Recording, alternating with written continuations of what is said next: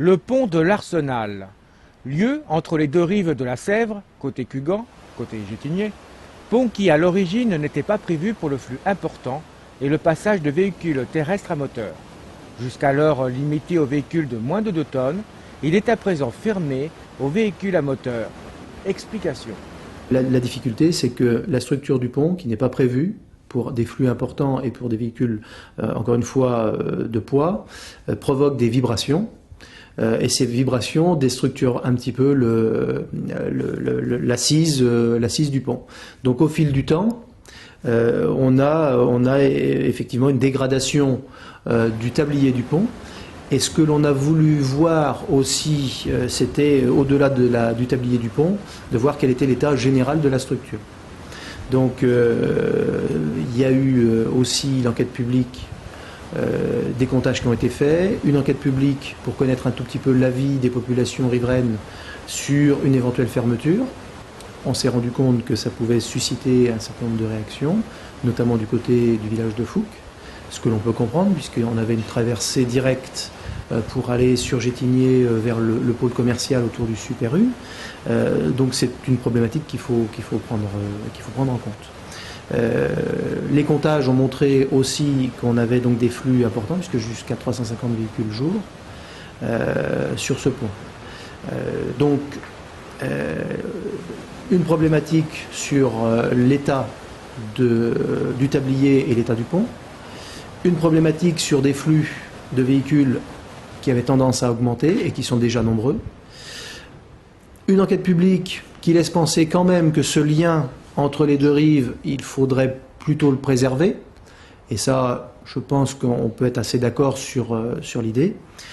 Et puis, je dirais, pour conforter ces différentes étapes, une étude fine faite par le cabinet Socotec pour savoir si effectivement la structure posait le problème de la dangerosité ou pas, et de l'état réel du pont, non seulement le tablier, mais également dans sa structure.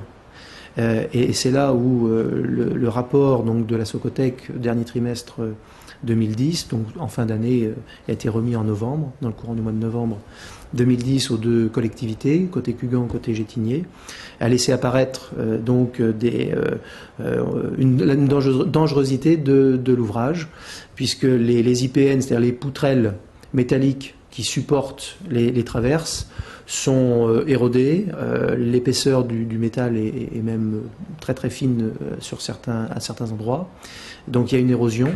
Les vibrations ont provoqué aussi un écartement de ces rails et une stabilité de l'ouvrage qui devient un petit peu aléatoire.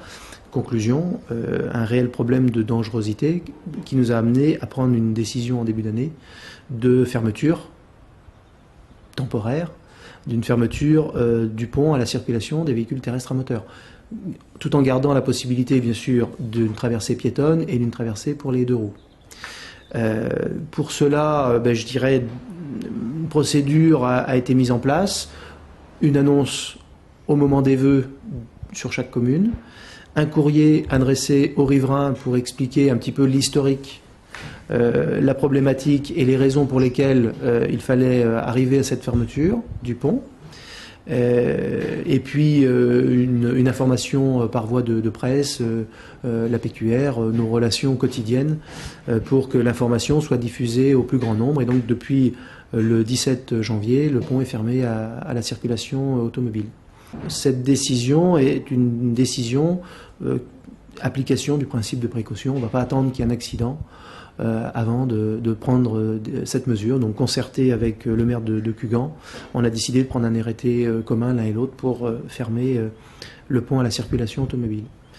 Prochaine étape, on va trouver un cabinet ad hoc spécialisé dans la restructuration de ce type d'ouvrage pour faire différents scénarios de remise en vigueur, de restauration, de rénovation de ce pont. D'une rénovation totale, une rénovation partielle. Voilà, il y aura donc différents scénarios, différents chiffrages qui permettront aux deux collectivités de soumettre les projets, de les adopter en conseil municipal et d'arriver avant la fin de l'année à, bien sûr, quoi qu'il arrive, à une décision pour dire qu'est-ce que l'on va faire de ce pont. Donc voilà un petit peu où on en est. Aujourd'hui, La sécurité prime surtout, donc il fallait fermer. Maintenant, l'avenir reste ouvert.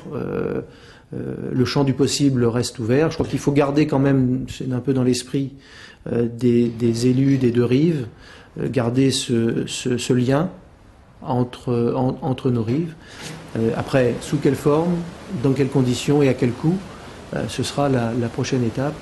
On espère ces éléments avant l'été. Cette décision de fermeture du pont de l'Arsenal aux véhicules à moteur fait au moins des heureux.